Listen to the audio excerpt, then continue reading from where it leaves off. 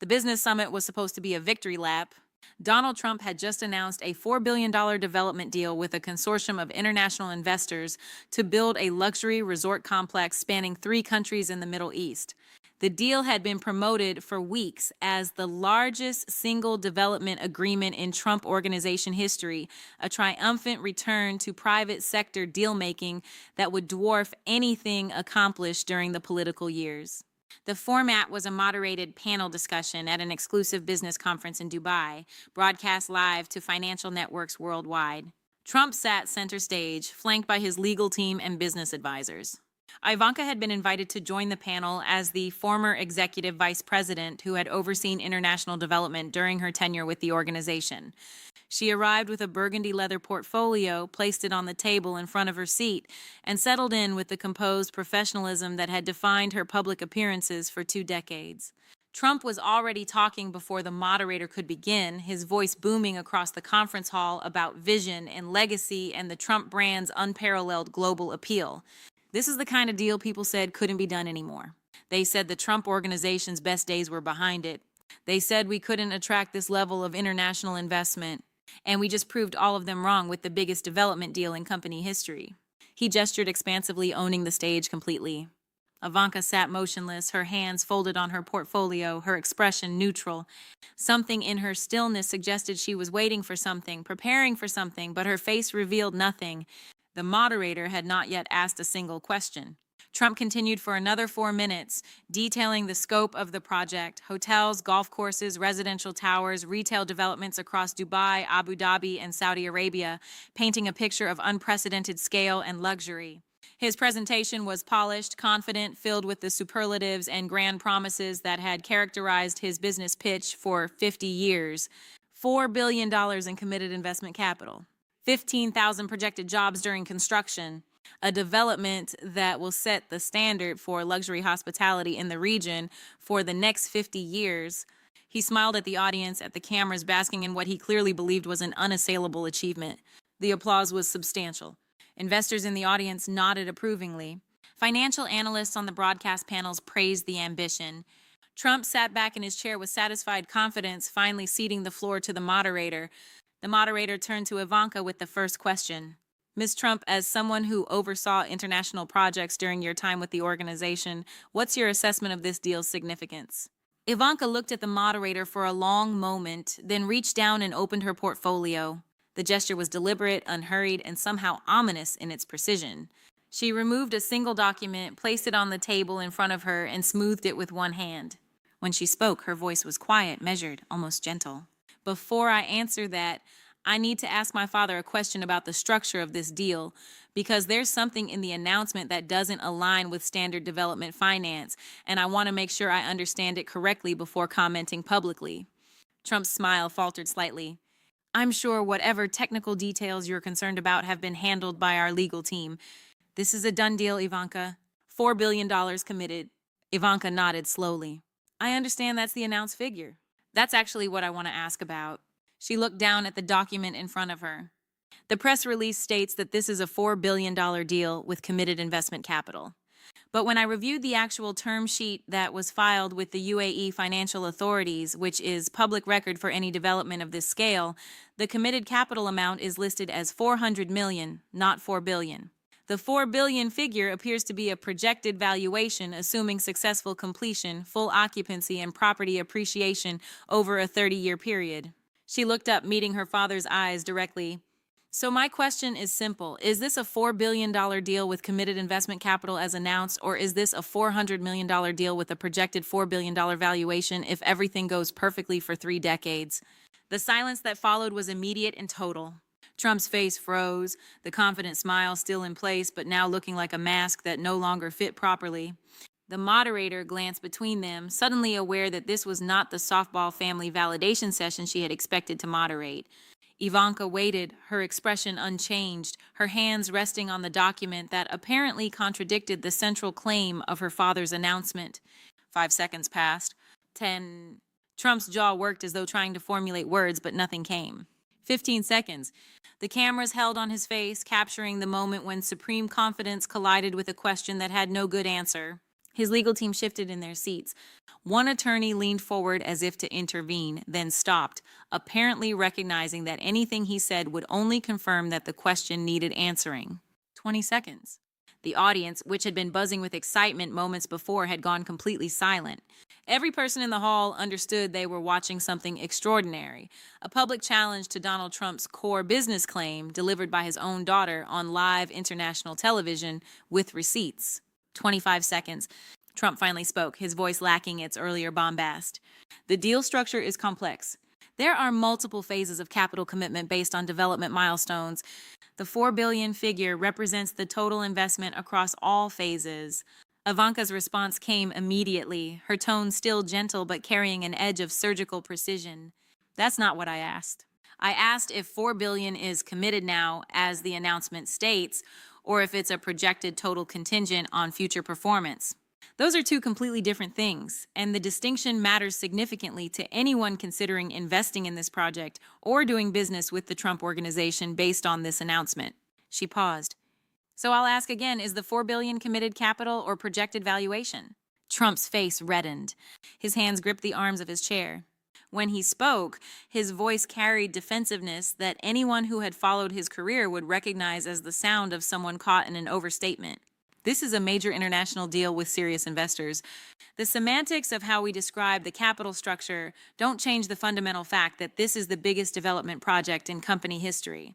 Ivanka shook her head slowly, and the gesture somehow conveyed more disappointment than any words could have. Semantics. You just called the difference between $400 million in committed capital and $4 billion in committed capital a matter of semantics. She lifted the document from the table, holding it so the cameras could see the official UAE letterhead. This is the term sheet filed with Emirati regulators 3 days ago. It lists total committed investment capital at $420 million, with an additional $3.58 billion in projected returns contingent on successful project completion, market conditions, and property valuations over 30 years. The $4 billion figure in your announcement combines committed capital with best-case scenario projected returns and presents them as though they're the same thing. She placed the document back down with a soft sound that somehow carried more weight than if she had slammed it. That's not semantics, Dad. That's misrepresentation. And I need to know if you're claiming it's accurate before I say anything else about this deal. Because if I validate this publicly and it turns out the announced figure is misleading, my credibility is destroyed along with yours. The use of Dad rather than Mr. Trump or his name made the moment even more devastating. This was a daughter confronting a father about truthfulness, not just a business colleague questioning a deal structure. The silence that followed was longer and deeper than the first one. Trump stared at his daughter with an expression that cycled through shock, anger, betrayal, and something that looked almost like panic. His mouth opened. No words came. He looked at his legal team. The lead attorney's face was carefully blank, offering no rescue. Trump turned back to Ivanka, and for the first time in the broadcast, his voice came out uncertain, almost pleading. Why are you doing this? Why are you attacking me publicly about a deal you haven't even been briefed on? Ivanka's composure never wavered, but something in her eyes suggested this moment was costing her more than her steady voice revealed. I'm not attacking you. I'm asking you a direct question about a factual discrepancy between your public announcement and the regulatory filing. That's not an attack. That's due diligence. And the fact that you're calling it an attack instead of answering the question is telling me everything I need to know about whether the $4 billion figure is accurate. She leaned forward slightly. I spent 15 years helping build this company's reputation. I put my name on projects. I stood beside you in presentations. I validated deals to investors and partners. And I did that believing that what we told people was true. So I'm asking you now, on the record, in front of everyone, is the $4 billion figure in your announcement committed investment capital, or is it a projection that may or may not materialize over 30 years? 30 seconds of silence. 35. 40. Trump's face had gone from red to pale. Sweat appeared at his hairline despite the conference hall's careful climate control. His breathing was visible, shallow and rapid. The cameras captured it all in unforgiving detail. At 43 seconds, one of Trump's attorneys leaned into his microphone. I think we need to clarify that development deals of this scale typically involve... Ivanka cut him off, her voice sharp for the first time. I'm not asking you. I'm asking him. And I'm asking a yes or no question. Is $4 billion the committed capital amount? Yes or no? She kept her eyes locked on her father, refusing to let the attorney redirect. Trump's voice, when it finally came at 47 seconds, was barely above a whisper. The committed capital for phase 1 is $420 million. The $4 billion is total projected value, including all phases and appreciation. The admission hung in the air like a confession. Ivanka sat back in her chair slowly, her expression shifting from confrontational focus to something sadder and more resigned. Thank you for clarifying that. She turned to the moderator. So to answer your original question about my assessment of this deal's significance, it's a $420 million development deal, which is substantial but not unprecedented for the Trump organization. The announcement describing it as a $4 billion deal with committed investment capital was, to be charitable, premature. To be accurate, it was misleading. And I can't validate it publicly because doing so would make me complicit in misrepresenting the deal's actual structure to investors and the public. She paused, then continued with devastating precision.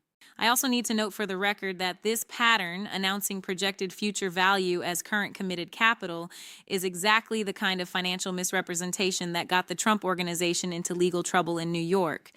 It's the core allegation in the civil fraud case, and watching it happen again in real time on live television makes me understand that nothing has changed and nothing will change. Trump found his voice again, and it came out as anger. You're sabotaging this deal. You're sabotaging the company. After everything I built, after every opportunity I gave you, you're sitting here destroying a major business achievement on live television. Ivanka's response was quiet but absolute in its finality. I'm not destroying anything. You destroyed it the moment you decided to announce $4 billion when you knew the real number was $400 million. I'm just refusing to help you pretend the misrepresentation is accurate. She began gathering the documents from her portfolio. And I'm done. Done pretending inflated valuations are the same as reality. Done putting my credibility on the line to validate claims I know are exaggerated. Done being the respectable face on business practices I can no longer defend. Trump stood abruptly, his chair scraping back with a harsh sound. If you're done, then you're done. You're out. You want to betray the family business on international television, fine, but you don't get to come back from this. Ivanka stood as well, meeting his eyes with an expression of profound sadness mixed with unmistakable relief. I'm not trying to come back. That's what you're not understanding. I came here today knowing exactly what I was going to ask and knowing what your answer would reveal. This wasn't sabotage. This was a choice. A choice to stop participating in misrepresentations I can't defend anymore. She picked up her portfolio. I love you, but I can't be part of this anymore. And I needed to say that publicly so there's no ambiguity, no chance for it to be reframed later, no way for anyone to claim I just quietly left. I'm leaving because you just announced a $4 billion deal on live television when the actual committed capital is $400 million, and when I asked you directly about it, it took you 47 seconds of silence to admit the truth. That's why I'm done. The moderator, completely out of her depth, attempted to regain control. Perhaps we should take a break to... Ivanka shook her head, still looking at her father. No break needed. I'm finished. The panel can continue without me. She turned to the audience. For anyone watching who's considering investing in this project or doing business with the Trump organization, I'd strongly recommend reviewing the actual regulatory filings rather than relying on the announced figures. The documents are public record in the UAE. The discrepancy between announcement and reality is significant. Do your own due diligence. She paused at the edge of the stage, then turned back one final time. And Dad, when you watch this back, I want you to count those 47 seconds of silence. 47 seconds where you couldn't answer a simple yes or no question about whether your announcement was accurate. That's not my fault. That's not sabotage. That's just what happens when you make a claim you know you can't defend and someone asks you to defend it anyway. She walked off the stage. The cameras followed her exit, composed, dignified, carrying her portfolio with both hands. Behind her, Trump remained standing at the center of the stage, surrounded by his legal team who were now frantically whispering, facing an audience that had gone from enthusiastic to deeply skeptical in the span of 10 devastating minutes. The moderator attempted to continue the panel, but the energy had completely collapsed. Within 15 minutes, Trump himself walked off, citing scheduling conflicts, leaving the entire second half of the discussion canceled. The financial impact was immediate and severe. Within 6 hours, 2 of the investment consortium partners issued statements requesting clarification on the capital structure. Within 24 hours, one partner had withdrawn entirely, citing material discrepancies between announced deal terms and regulatory filings. Within 48 hours, the UAE Financial Authority announced an investigation into whether the Trump Organization's announcement constituted securities fraud or misleading investor solicitation. The video of the 47-second silence became the most watched business television moment of the year. News outlets played it in full, letting the silence run unbroken because cutting it would have diminished its devastating impact. Financial analysts used it in lectures about due diligence and the difference between committed capital and projected valuations. Business ethics professors taught it as a case study in why family members sometimes have to choose between loyalty and integrity. But the most significant impact was the conversation it sparked about the complicity of enablers in financial misrepresentation. Ivanka's decision to publicly challenge her father's claim on live television, knowing it would damage both the deal and their relationship, became a reference point for anyone struggling with whether to validate claims they knew were misleading. She had chosen transparency over loyalty, accuracy over family harmony, and her own integrity over her father's reputation. And she had done it in the most public way possible, creating a record that could never be erased or reframed. When reporters caught up with Ivanka 3 days later, she was characteristically measured in her response. "I didn't plan to ask that question to hurt my father or damage the deal. I planned to ask it because I knew the answer would be revealing, and I needed to know if he would tell the truth when directly asked, or if he would try to maintain the misrepresentation even when confronted with regulatory documents." She paused. The 47 seconds of silence answered that question more completely than any words could have. He knew the 4 billion figure was misleading. He knew I knew it was misleading. And for 47 seconds, he tried to figure out if there was a way to avoid admitting it. That's not a memory lapse. That's not a miscommunication. That's someone who got caught overstating and couldn't find a way out. She was asked if she regretted destroying her relationship with her father so publicly. I don't know if it's destroyed, but I know it's changed permanently, and it had to change. I spent 20 years being the person who made his exaggeration sound reasonable, who translated his hyperbole into business language, who validated claims I sometimes knew were inflated, and I can't do that anymore. Not after watching the same patterns that caused legal problems in New York repeat themselves in Dubai. Not after realizing that my presence in these announcements was being used to make misleading claims seem credible. She looked directly at the camera, so I asked a simple question. 4 billion committed or 4 billion projected? And the fact that it took 47 seconds and a direct confrontation to get a truthful answer tells you everything about why I had to ask it publicly. Because if I'd asked privately, the answer would have been deflection. The public setting, the live broadcast, the regulatory documents already filed, those were the only things that made honesty possible. And even then, it took 47 seconds of silence first. Trump's response came in a series of late-night social media posts that were subsequently deleted, but not before being screenshotted and archived. He called Ivanka's question a betrayal orchestrated by people who want to see me fail. He claimed the 4 billion figure was completely accurate when you understand how development deals work. He accused her of believing fake news, regulatory filings over her own father. The posts were incoherent and defensive, and their deletion within hours suggested his legal team had convinced him they were making things worse. He eventually settled on a more measured public statement claiming differences in how deal values are calculated, but never directly addressing why he had needed 47 seconds to acknowledge that committed capital and projected valuation were not the same thing. Financial analysts noted that his refusal to clearly admit the distinction only validated Ivanka's decision to force the issue publicly. If the difference was innocent or technical, it could be explained simply. The 47-second silence and the subsequent evasive statements suggested something else entirely. The deal itself collapsed within 6 weeks. 2 more investment partners withdrew after the UAE investigation revealed additional discrepancies between announced terms and actual agreements. The Trump Organization issued a statement blaming political persecution and family betrayal for the deal's failure. Industry analysts issued reports blaming material misrepresentation of deal structure and scale in initial announcement for the investor withdrawals. No one who had watched the live broadcast had any doubt which explanation was accurate. Ivanka was asked months later in a long-form interview about the specific decision to count the silence. I looked at my watch when I asked the question. Not obviously, just a glance, but I wanted to know. Because I understood that if he couldn't answer immediately, the delay itself would be the story. And as the seconds accumulated, 10, 20, 30, I realized I was watching something I'd seen in private meetings for years finally happening in public.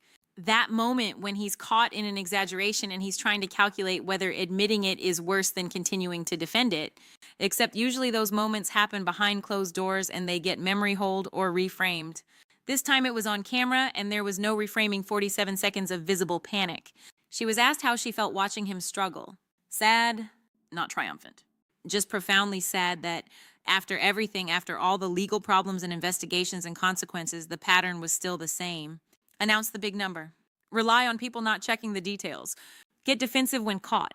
Blame the person asking questions rather than acknowledge the exaggeration. I'd hoped it would be different. The silence proved it wasn't. The interviewer pressed. Did she feel guilty for essentially ending the deal? Ivanka's response was immediate and firm. I didn't end the deal. Misrepresenting its structure ended the deal. I just asked a question. If the answer had been yes, $4 billion is committed capital and here's the documentation, the deal would have proceeded and I would have been wrong to question it. But the answer was 47 seconds of silence followed by an admission that the announced figure was actually a 30-year projection, not committed capital. That's what ended the deal. Truth doesn't sabotage legitimate business. It only damages business built on misrepresentation.